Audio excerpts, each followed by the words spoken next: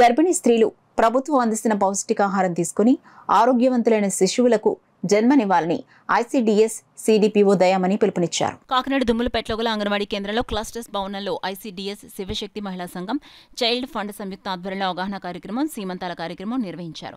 కార్యక్రమానికి ICDS CDPO Dayamani అధ్యక్షతన జరిగిన అవగాహన కార్యక్రమంలో సఖీ సెంటర్ అడ్మిన్ శైలజ మహిళా చట్టాలు, బాలల హక్కులు, ఫోక్సో చట్టంపై అవగాహన కల్పించారు.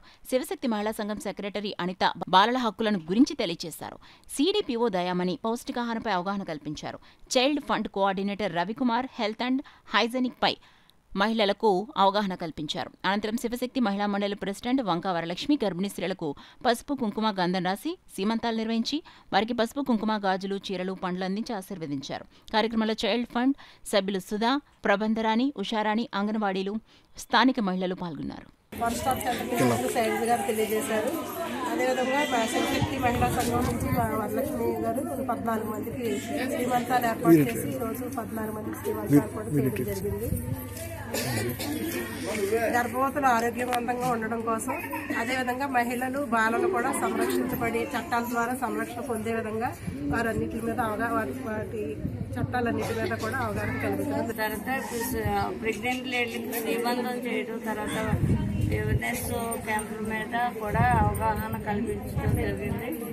దీని మీద ఐసీడీఎస్ వారు కూడా మాకు సహకరించారు. ఈ ప్రెగ్నెంట్ లేడీస్ శ్రీమంతం చేయడానికి మాకు అందరికీ కూడా ప్రెస్ వారు కూడా మాకు సహకరించారు. మా రాజేష్ గారు మాకు అన్నివేళ మాకు ముందు సహకరిస్తున్నారు. అండ్ చైల్డ్ రిలేటెడ్ యాక్ట్స్కి సంబంధించి కార్యక్రమంలో మనకి దుమ్ములపేటలో చైల్డ్ ఫండ్ ఇండియా వాళ్ళు ఆర్గనైజ్ చేయడం ద్వారా ఒక కార్యక్రమం ఆర్గనైజ్ చేయడం జరిగింది. ఇక్కడ మేడం కూడా సీమంతాలు జరిపించారు. నేను ఇక్కడ ముఖ్యంగా మహిళలకి మరియు పిల్లలకి చట్టాలపై అవగాహన కల్పించడానికి నా వంతు ప్రయత్నం చేశాను. భాగంగా మెయిన్గా ఏం చేసాము, ఇప్పుడు కొత్తగా వచ్చిన చట్టాల గురించి ప్లస్ వన్ స్టాప్ సెంటర్లో జరిగే ఏవైతే కార్యక్రమాలు ఉన్నాయో ఆ కార్యక్రమాల గురించి మేడం కూడా క్లుప్తంగా అందరికీ అవగాహన కల్పించడం జరిగింది. సో ఈ ప్రోగ్రామ్ నేను పార్టిసిపేట్ చేసి చాలా సంతోషంగా భావిస్తాను.